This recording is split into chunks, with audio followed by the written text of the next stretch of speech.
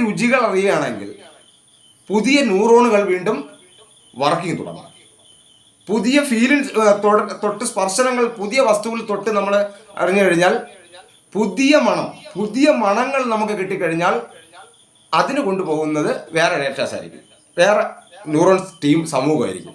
അപ്പോൾ നമുക്ക് അതായത് എത്ര ഉണർന്നാലും, നമ്മൾ പറഞ്ഞു നമ്മുടെ ബോഡിയിലുള്ള ന്യൂറോണുകളുടെ കണക്കല്ല, ബ്രെയിൻ്റെ ന്യൂറോണുകളാണ് പറഞ്ഞത്. അപ്പോൾ എത്ര ഉണർന്നാലും അത്രമാത്രം ന്യൂറോണുകൾ പ്രവർത്തിപ്പിക്കാനുള്ള ന്യൂറോൺസ് നമ്മളിലുണ്ട്. അപ്പോൾ അതുകൊണ്ട് തന്നെ തലച്ചോറ് നമ്മളിപ്പോൾ ഐസിലാണോ തൊട്ടത്, ചൂടിലാണോ തൊട്ടതെന്ന് നമുക്ക് അറിയാൻ വേണ്ടി ഇവർ ഫാസ്റ്റായിട്ടാണ് കൊണ്ടുപോകുന്നത്. ഈ ഫാസ്റ്റായിട്ട് കൊണ്ടുപോകുന്നതിന് മുന്നേ തന്നെ തലച്ചോറ് അറിയും. കാരണം കൊണ്ടുവരുന്നത് ഏത് കമ്മ്യൂണിറ്റിയാണ് കൊണ്ടുവരുന്നത്.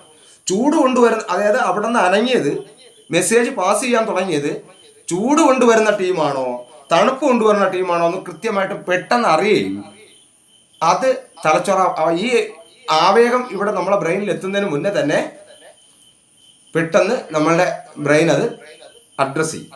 ഇനി എനിക്ക് പറയാനുള്ളത് ബ്രെയിനെ കുറിച്ചാണ്.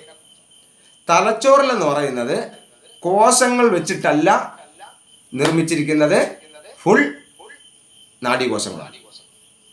നാഡീകോശങ്ങളാണ് തലച്ചോറ് കൊണ്ട് നിർമ്മിച്ചിരിക്കുന്നത്. അവിടെ കോശങ്ങൾ ബാക്കി ശരീരത്തിൻ്റെ ഭാഗങ്ങളാണെങ്കിൽ 1% 2% അതിൻ്റെ കറക്റ്റ് സയൻറ്റിഫിക് കണക്കെനിക്കറിയില്ല, ഉണ്ടായിരിക്കാം അതിനകത്ത് കോശങ്ങൾ.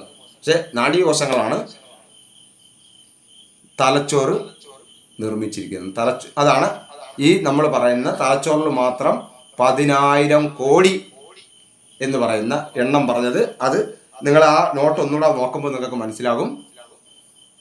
ഓക്കെ, അപ്പോൾ ഇവിടെ ഈ ന്യൂറോണിൻ്റെ പ്രവർത്തനവുമായി ബന്ധപ്പെട്ട നമ്മൾ ഇന്ന് ചർച്ച ചെയ്യപ്പെടും. ഓക്കെ, നമുക്കൊരു 1/4 മണിക്കൂറുണ്ട്. ഞാൻ ഇന്ന് ന്യൂറോണിനെ മാത്രം പിടിച്ചിട്ട് നമുക്ക് ഇന്നത്തെ പ്രാക്ടീസ് തുടങ്ങേണ്ടതായിട്ടുണ്ട്. അപ്പോൾ 1/4 മണിക്കൂറിനകത്ത് ഈ ന്യൂറോണിനെ കുറിച്ചൊരു പരിചയപ്പെടുത്തലും മനസ്സ്, കോൺഷ്യസ് മൈൻഡും സബ് കോൺഷ്യസ് മൈൻഡുമായിട്ടൊരു ബന്ധപ്പെട്ട കാര്യങ്ങളോട് പറയാം. കോൺഷ്യസ് മൈൻഡിലും സബ് കോൺഷ്യസ് മൈൻഡിലായാലും ഇതെല്ലാം ഡേറ്റാസുകൾ, നമ്മൾ അറിയപ്പെടുന്ന ഡേറ്റാസുകൾ ഫുള്ള് ഇരിക്കുന്നതെന്ന് പറയുന്നത് ഈ ന്യൂറോണിലെ അവയവങ്ങൾ തന്നെയാണ്. ന്യൂറോണിലൊരു സയൻസ് ഉണ്ട്.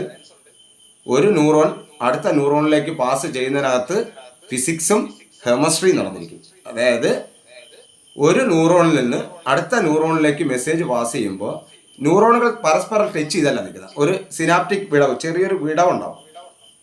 അപ്പോൾ ഒരു ന്യൂറോണിലേക്ക് ഞാനത് സ്ക്രീൻ